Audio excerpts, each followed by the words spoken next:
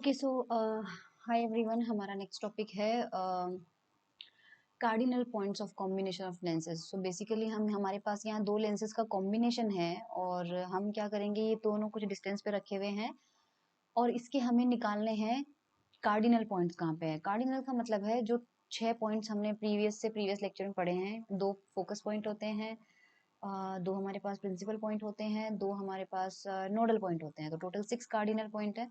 Okay, और वो हमें कार्डिनल पॉइंट्स फाइंड आउट करने हैं। ठीक है, सो डायग्राम आपको आई होप विजिबल हो, अदरवाइज आप अपनी स्क्रीन को थोड़ा सा जूम करके देख लीजिएगा। तो ये हमारे पास एक डायग्राम है। तो सबसे पहले हम यहाँ पर मैंने आपको पढ़ा रखा है कि दोनों लेंसेज अगर हमारे पास है और उनका कॉम्बिनेशन लिया जाए, सो हम कॉम्बिनेशन की इक्विवेलेंट फोकल लेंथ निकाल सकते हैं। और इक्विवेलेंट फोकल लेंथ का फॉर्मूला हमारे पास कितना होता है, just hold on, 1/f is equals to 1/f1 plus 1/f2 minus D upon f1 f2। f1 f2 हमारे पास दोनों लेंसेज की इक्विवेलेंट फोकल लेंथ है। इसके अलावा आपको यहाँ पे डायग्राम में दिख रहा होगा, ये डायग्राम आप बहुत बार बना चुके हैं हम इस चैप्टर के अंदर। सो अब आपको समझ में आ गया होगा कि ए बी है हमारे पास इंसिडेंट रे और BC हमारे पास है पहले लेंस से रिफ्लेक्टेड रे और CF2 हमारे पास है सेकेंड लेंस से रिफ्लेक्टेड रे। जो इंसिडेंट रे है पहले लेंस पे जहाँ गिरती है वो हाइट h1 है, दूसरे लेंस पे जहाँ गिरती है वो h2 हाइट है। Delta 1 delta 2 delta h1 h2 p1 p2 n1 n2 सब हमारे पास जानते हैं आप। इसमें हमारे पास नोडल पॉइंट और प्रिंसिपल पॉइंट एक ही लोकेशन पे है। उसकी कंडीशन होती है, ध्यान रखिएगा, एक आपके पास स्पेशल कंडीशन होती है। अगर आप जो लेंसेज ले रहे हैं उनके दोनों साइड में और बीच में सेम मीडियम है, जैसे कि एयर में रखे हुए हैं दोनों लेंस, इधर भी एयर है मान लीजिए, दोनों साइड अगर मीडियम सेम होता है तो जो नोडल पॉइंट होता है और जो प्रिंसिपल पॉइंट होता है वो एक ही पॉइंट पे मिलता है। ओके, सो हमें n1 जो है वो p1 पे ही मिलेगा, इसलिए हमें अलग से नोडल पॉइंट निकालने की जरूरत नहीं है। हम p1 को ही निकाल लेंगे, p1 की लोकेशन वही हमारे नोडल पॉइंट की होगी। हमारे पास टेन डेल्टा वन का फॉर्मूला, मतलब डेल्टा वन का फॉर्मूला हम पढ़ चुके हैं, h1 अपॉन f1 होता है। एंड हमारे पास 10 डेल्टा 2 हो जाएगा, वो h2 अपॉन f2 हो जाएगा, सेकेंड लेंस का फोकल लेंथ। और जो कंबाइंड 10 डेल्टा है ये हमारे पास होता है h1 अपॉन f, ये टोटल इक्विवेलेंट लेंस का डेविएशन। ये भी फॉर्मूला हम डिराइव कर चुके हैं, आप देख लीजिएगा, प्रीवियस लेक्चर में करवाया हुआ है मैंने। तो सबसे पहले अपन चलिए P2 की लोकेशन निकालते हैं। ठीक है, सेकेंड प्रिंसिपल पॉइंट हमारे पास, सेकेंड प्रिंसिपल पॉइंट। ओके, सो हमारे पास यहाँ पे सेकेंड प्रिंसिपल पॉइंट हमें कैलकुलेट करना है, तो हमारे पास वो कितना हो जाएगा ये देखिए। सेकेंड प्रिंसिपल पॉइंट हमारे पास हो जाएगा, just hold on, okay, principal point, ये हमारे प्रिंसिपल की स्पेलिंग थोड़ी सी मैंने दूसरी वाली लिख दी थी। तो हमारे पास, अच्छा एक चीज हमेशा ध्यान रखिएगा, हमारे पास ये जो हम सेकेंड पॉइंट जितने भी होंगे उनकी डिस्टेंसेस सेकेंड लेंस से ली जाती है और फर्स्ट पॉइंट जितने भी होते हैं उनकी डिस्टेंस फर्स्ट लेंस से ली जाती है। तो जैसे जब F1 की लोकेशन पता करनी पड़ेगी तो O1 से लेंगे, ठीक है, P1 की लोकेशन पता करेंगे तो भी O1 से लेंगे। ये आपका फर्स्ट फोकस पॉइंट हो जाएगा, ये सेकंड फर्स्ट प्रिंसिपल पॉइंट हो जाएगा। सिमिलरली F2 की लेंगे वो O2 से लेंगे, P2 की लेंगे वो O2 से लेंगे, ये सेकंड फोकल पॉइंट और ये आपके पास सेकंड प्रिंसिपल पॉइंट हमारे पास हो जाएगा। सो सबसे पहले हमारे पास यहाँ पर चलते हैं। सो O2 P2 second principal point निकालना चाह रहे थे हम। सेकंड प्रिंसिपल पॉइंट हमारे पास आ जाएगा O2 P2, सेकंड लेंस से सेकंड प्रिंसिपल पॉइंट की डिस्टेंस ली जाती है। As you can see diagram में देखिए O2 P2 जो है वो H2D के इक्वल है, राइट। तो हमारे पास ये हो जाएगा H2D और H2D आपके पास, H2D को आप ध्यान से देखिए, क्या हम उसको लिख सकते हैं CD 10 डेल्टा? यस, एक डायग्राम देखिए, मैं आपको हाईलाइटर्स दिखाती हूँ। ये देखिए H2DC और वापस H2, ये ट्राइंगल देखिए कौन सा, H2DC, ठीक है, राइट एंगल ट्राइंगल बन रहा है। इस राइट एंगल ट्राइंगल में यहाँ पे 10 डेल्टा बन रहा है, सॉरी डेल्टा एंगल बन रहा है। आप इस 10 डेल्टा की वैल्यू निकालिए तो परपेंडिकुलर कितना हो जाएगा CD और बेस कितना हो जाएगा H2D। तो बेस का फॉर्मूला कितना आ जाएगा, CD डिवाइडेड बाय 10 डेल्टा आ जाएगा। इस ट्राइंगल में आप कितना कर सकते हैं, इस ट्राइंगल में मैं लिख देती हूँ जल्दी से। हमारे पास ट्राइंगल है H2, मैं बार बार में इसका बड़ा वाला ले लेती हूँ, H2DC ट्राइंगल में देखिए तो आपके पास 10 डेल्टा की वैल्यू कितनी आ रही है, परपेंडिकुलर अपॉन बेस, हमें H2D चाहिए तो हमारे पास H2D की वैल्यू आ जाएगी CD अपॉन 10 डेल्टा। ओके, ये हमारे पास आ जाएगा। अब हम CD की वैल्यू कैलकुलेट करते हैं, तो एक और ट्राइंगल अपन देखे हैं और वो ट्राइंगल हम यहाँ पर देखेंगे BDC। तो वापस से आप ट्राइंगल देखिए एक बार, ये B है, ये D है और ये C है। तो ट्राइंगल BDC में देखिए एक बार, ट्राइंगल BDC में आपके पास यहाँ पर बन रहा है 10 डेल्टा, तो 10 डेल्टा 1 आपके पास हो जाएगा। परपेंडिकुलर अभी भी CD रहेगा, लेकिन बेस इस बार आपका हो जाएगा BD। तो यहाँ से हमारे पास CD की वैल्यू कितनी आ रही है, BD 10 डेल्टा 1। और BD आपके पास क्या है, दोनों लेंसेज के बीच की डिस्टेंस विच इज D। तो इसे आप लिख सकते हैं D 10 डेल्टा 1। ये CD की वैल्यू जो हमें यहाँ पर मिली है, इसे आप उठा के कहाँ पर पुट करेंगे, यहाँ पे, तो हमें H2D मिल जाएगा। तो H2D हमारे पास कितना आ जाएगा, D 10 डेल्टा 1 अपॉन 10 डेल्टा, ये हमें पर मिल जाएगा H2D। और H2D हमें जैसे ही मिलता है, बस हमारा O2P2 वही है, ये किसके इक्वल है, O2P2। तो ये हमारे पास यहाँ पे सेकेंड प्रिंसिपल पॉइंट से डिस्टेंसेस आ जाती है।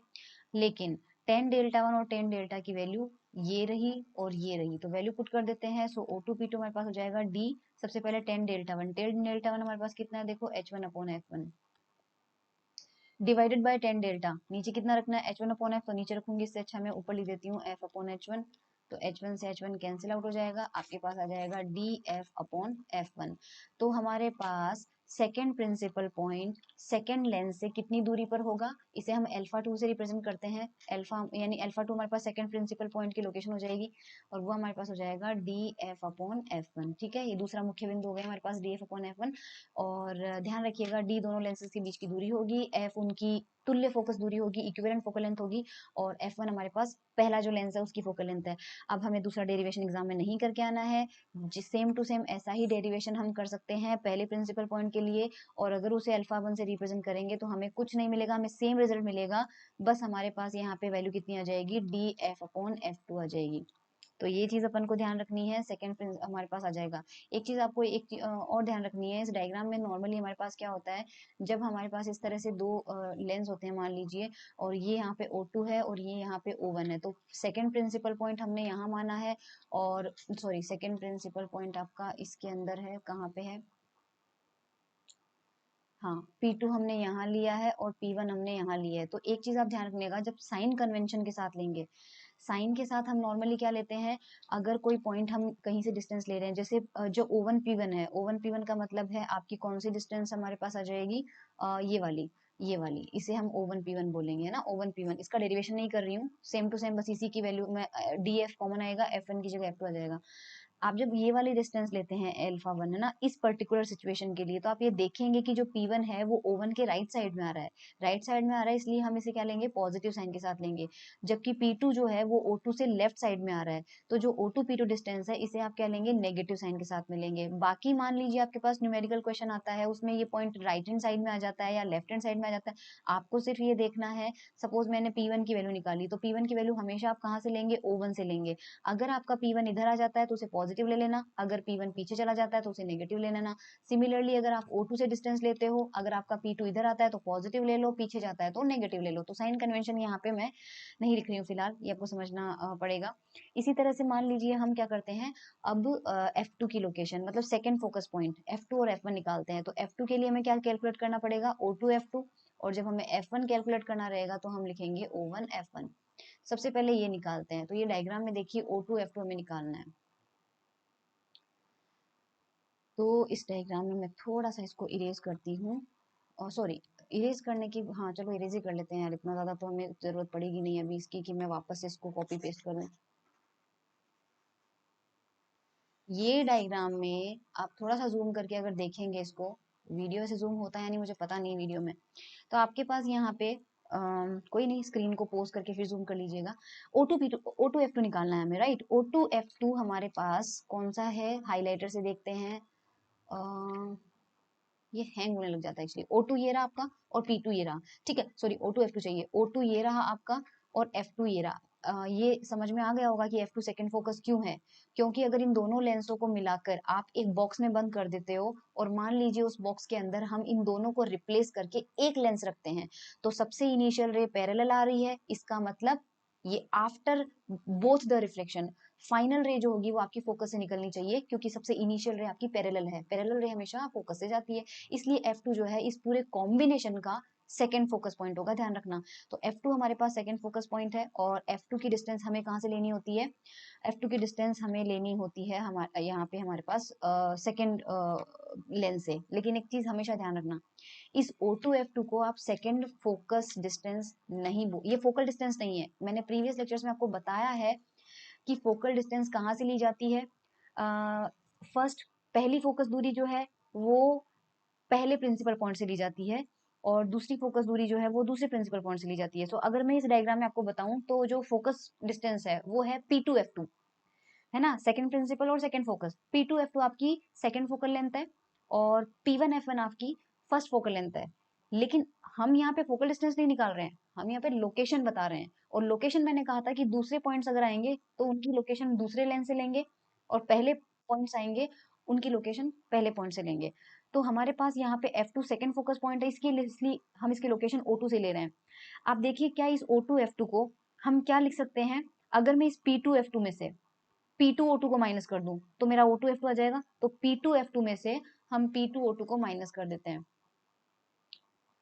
तो हम क्या करेंगे इसके लिए, है ना, O2 F2 आपका हो जाएगा P2 F2 में से किसको माइनस करना है हमें, P2 O2 को। और P2 F2 आपकी फोकल डिस्टेंस होती है, ध्यान रखना, और ये सेकंड फोकल डिस्टेंस होती है हमारे पास। ठीक है, सो यहाँ पे हमारे पास ये अच्छा सेकंड फोकल डिस्टेंस है, उसके F2 नहीं ले लेंगे, ध्यान रखना। F2 क्यों नहीं लेंगे, क्योंकि ये पहला लेंस था, इसकी फोकल डिस्टेंस को हमने F1 बोला है और F2 हमने इसकी दूसरे लेंस की फोकल डिस्टेंस को बोला है।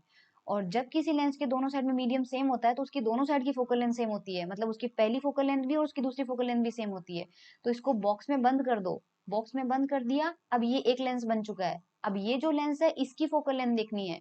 तो इधर इसका जो फोकस पॉइंट होगा F1, है ना, उस वो भी F डिस्टेंस पे होगा और उधर जो इसका डिस्टेंस होगा वो भी F डिस्टेंस पे होगा। स्मॉल f हमारी इक्विवेलेंट फोकल लेंथ है, ये देखिए यहाँ पे इक्विवेलेंट फोकल लेंथ को हमने F से लिखा है क्योंकि ये पहले लेंस की फोकस दूरी है, ये दूसरे लेंस की फोकस दूरी है और F जो है इसके कंबाइंड लेंस की फोकस दूरी हो जाएगी। तो हमारे पास F से रिप्रेजेंट करना है, तो P2 F2 को आप F ही बोलोगे, ठीक है, F।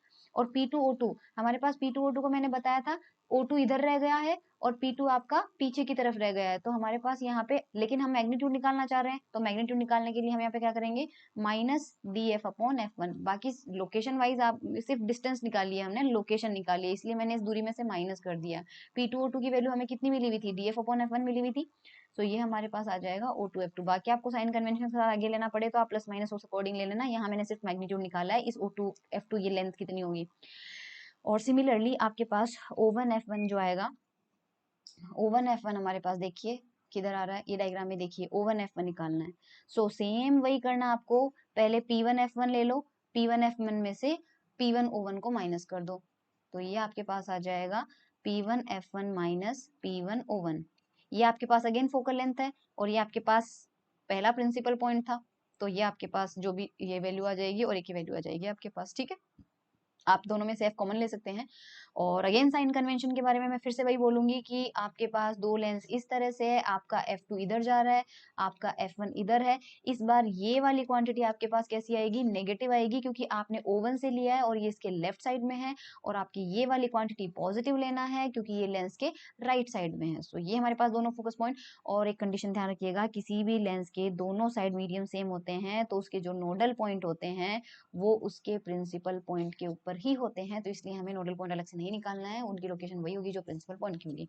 इसी के साथ हमारा ज्योमेट्रिकल ऑप्टिक्स की जो सीरीज है वो खत्म होती है। नेक्स्ट हम लेक्चर से अबर्शन स्टार्ट करेंगे जो लेंसेज में होते हैं, डिफॉल्ट फॉल्ट जो होते हैं लेंस में। सो इस लेक्चर के लिए इतना ही। Thank you so much everyone.